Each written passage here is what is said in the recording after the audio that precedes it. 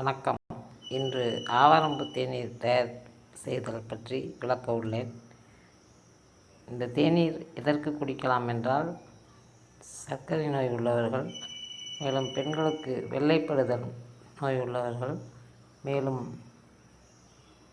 இதய நோய் உள்ளவர்களுக்கு இந்த தேநீர் மிகவும் நல்லது. ஏனெனில் இந்த ஆவாரம்பூவானது துவர்ப்பு சுவை அதிகமாக இருப்பதால் இந்த இதயத்திற்கு மிகவும் நல்லது.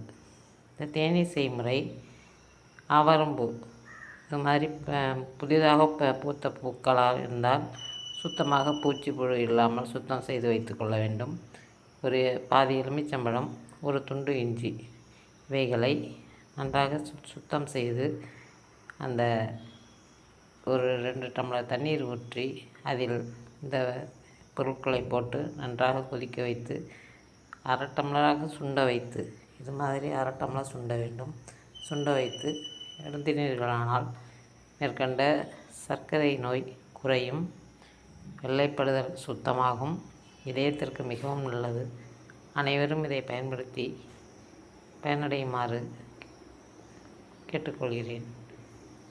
இது தங்களுக்கு பிடித்திருந்தால் ஷேர் செய்யவும், லைக் செய்யவும், சப்ஸ்கிரைப் செய்யவும். நன்றி.